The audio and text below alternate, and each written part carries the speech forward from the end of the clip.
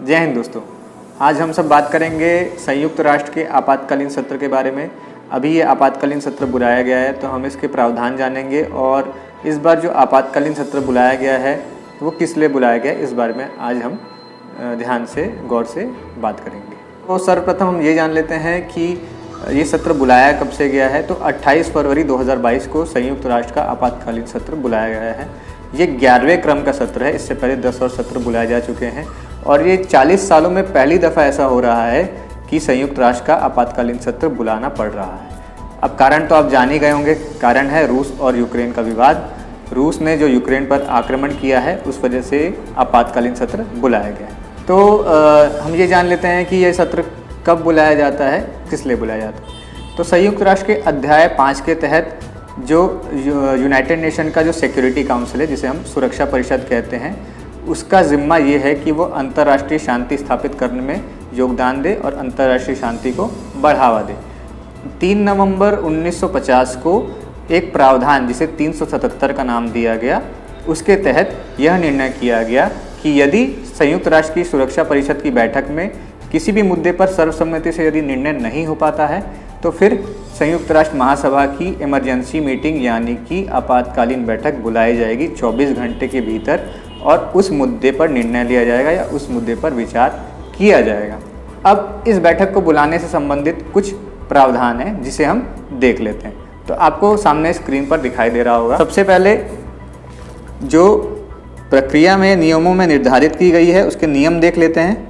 नियम 8B के तहत 9 सदस्यों द्वारा आपातकालीन सत्र बुलाने के पक्ष में मतदान किए जाने पर यह बुलाई जा सकती है।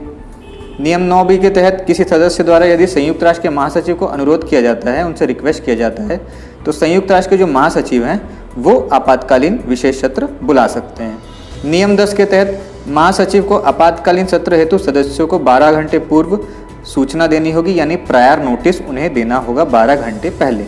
नियम 16 के तहत सम्मेलन की कार्यसूची यानी कि सम्मेलन का जो एजेंडा है उसकी जानकारी भी सदस्यों को सम्मेलन की जानकारी के साथ ही देनी होगी। नियम 19 के तहत जो अतिरिक्त एजेंडा है, अगर उसको आपको सत्र में लाना है, इमरजेंसी मीटिंग में आपको इंट्रोड्यूस करना है, तो 2/3 उपस्थित सदस्यों द्वारा उसके पक्ष में वोटिंग देकर ऐसा एजेंडा सत्र में लाया जा सकता है। अब हम ये देखेंगे कि इमरजेंसी मीटिंग जो है इसकी अध्यक्षता कौन करेगा। तो 76वें संयुक्त राष्ट्र की महासभा के जो अध्यक्ष हैं वो हैं मिस्टर अब्दुल्ला शाहिद। अब्दुल्ला शाहिद कौन है? अब्दुल्ला शाहिद जो हैं वो मालदीव के विदेश मंत्री रह चुके हैं पहले और सितंबर 2021 में इन्होंने संयुक्त राष्ट्र के महासचिव के रूप में कार्यभार ग्रहण किया है। तो संयुक्त राष्ट्र के महासचिव का जो कार्यकाल होता है वो लगभग 1 वर्ष का होता है। तो अब अब्दुल्ला शाहिद ही इस मीटिंग की अध्यक्षता करेंगे। अब भारत का रुख जान लेते हैं। तो भारत का रुख आप जानते ही होंगे कि सुरक्षा परिषद की जो बैठक है उसमें भारत ने एब्सटेन किया है, यानी कि परहेज किया है रूस के खिलाफ वोट करने के लिए। 2 अन्य देश भी शामिल थे इसमें। कौन कौन से देश हैं? चाइना और UAE यानी संयुक्त अरब अमीरात। तो ये 3 देश हैं जिन्होंने परहेज किया कि रशिया के खिलाफ वो लोग वोट नहीं करेंगे और रूस जो है वीटो पावर का इस्तेमाल उसमें किया है रशिया ने। अब ये जो सुरक्षा परिषद है, यूनाइटेड नेशन की जो सिक्योरिटी काउंसिल है, इसमें कुल 15 सदस्य होते हैं।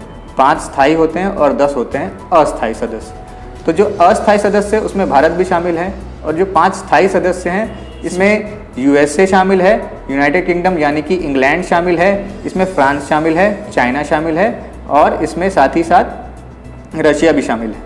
तो ये जो 5 स्थायी सदस्य हैं इन्हें ज़्यादा पावर दी गई हैं। भारत जो है वो काफ़ी डिप्लोमेटिक रुख रखता है। अभी तक जो भी सत्र बुलाए गए हैं, जो भी मीटिंग्स हुई हैं, उसमें भारत का रुख काफ़ी डिप्लोमेटिक है और आने वाले समय में हमें ये देखना होगा कि भारत किस प्रकार से अपनी बात रखता है। ये जो रूस और यूक्रेन के बीच जो विवाद अभी चल रहा है, जारी है, इस बारे में एक चीज़ मैं और आप लोगों को बता दूं, ये स्थायी सदस्यता जो है सुरक्षा परिषद की, यूनाइटेड नेशन सिक्योरिटी काउंसिल जिसे UNSC कहा जाता है, ये मिलती किसे और कैसे मिलती है, ये सवाल आप सभी के मन में आता होगा।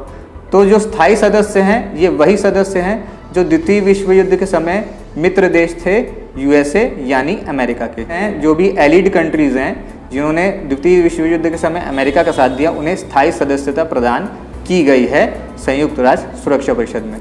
तो दोस्तों ये वीडियो आपको कैसा लगा इसे ज़रूर बताइएगा और हमारे चैनल को सब्सक्राइब करिए, इस वीडियो को शेयर करिए अगर आपको हमारा कंटेंट अच्छा लगता है तो। धन्यवाद।